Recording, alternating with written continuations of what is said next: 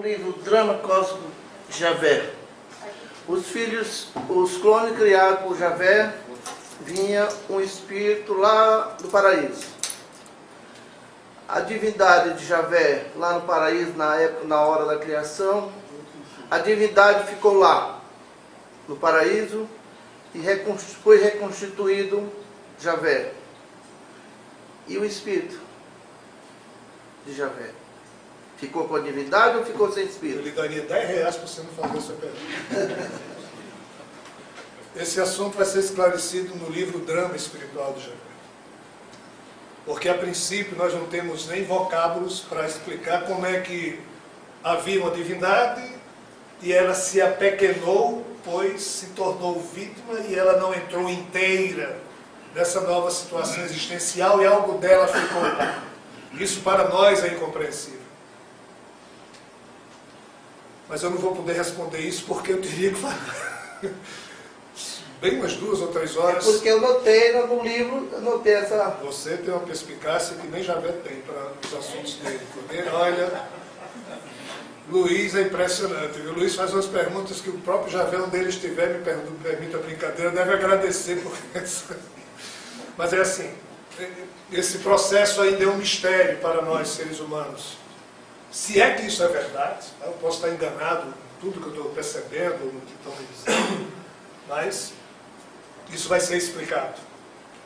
Tem a ver com algo que o Espiritismo reduz a uma explicação genial de Kardec, mas que é simples, quando ele diz que nós, seres humanos, somos formados em 3 partes.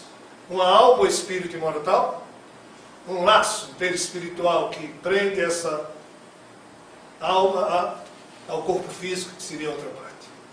Mas os Vedas, eles classificam esse processo de modo mais distinto e fala que cada porção individual existente tem vários corpos.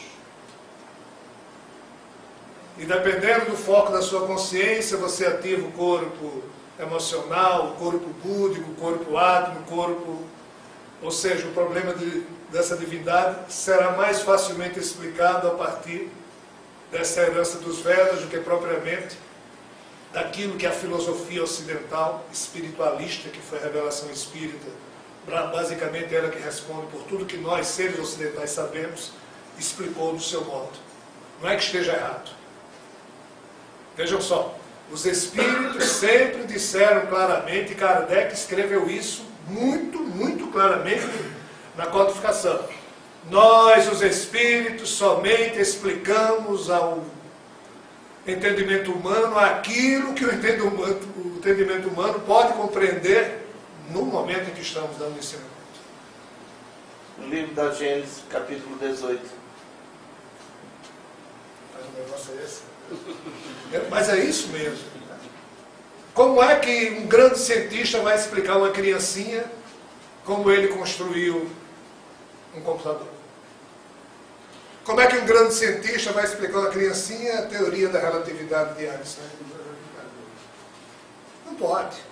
Não há sintonia, não há como os elementos de um cérebro infantil, ainda pouco desenvolvido no campo do conhecimento, ter os elementos ou formatá-los para ter uma compreensão maior. Assim também esses seres não podem nos dizer tudo, porque nós somos mais que crianças. Nós somos animais, cujo modo de pensar está limitado à ótica terrena, e a ótica terrena serve para muito pouco. Nós só percebemos em um segundo aquilo que forma essa percepção de realidade. Mas esse espectro que forma essa percepção de realidade é uma faixa menor dentro de um grande espectro. Quem entende de música vai entender o que eu vou falar. Dó, Ré, Mi, Fá, Sol, Lá, Si, Dó, aquelas 8 notas musicais, as chamadas oitavas, tá? Tanto para baixo quanto para cima, imaginando que essa mesa aqui seja um piano, tá? Para nós reproduzirmos todas as oitavas, e aqui está o Dr. Jansen, que é perito também nesse assunto, seja para baixo, seja para cima, nós teríamos que ter um piano do tamanho aproximadamente da distância entre a Terra e Marte. De tantas possibilidades ainda para baixo e para cima, essas oitavas serem expressas. Mas nosso ouvido só consegue perceber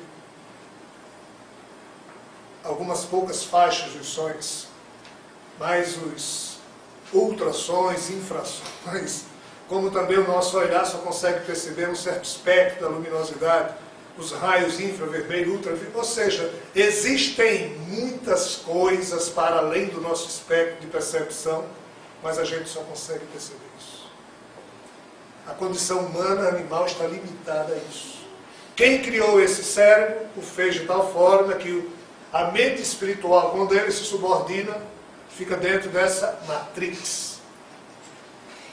A morte é benéfica por isso, porque nos permite retirarmos-nos de uma caixa de ressonância viciada no campo do pensamento. Mas ninguém precisa, entre aspas, ter o seu corpo transitório morto para isso perceber. Basta que mesmo ainda submetido a esse corpo, você expanda a sua natureza espiritual por sobre a sua natureza animal, cerebral, temporária, mortal.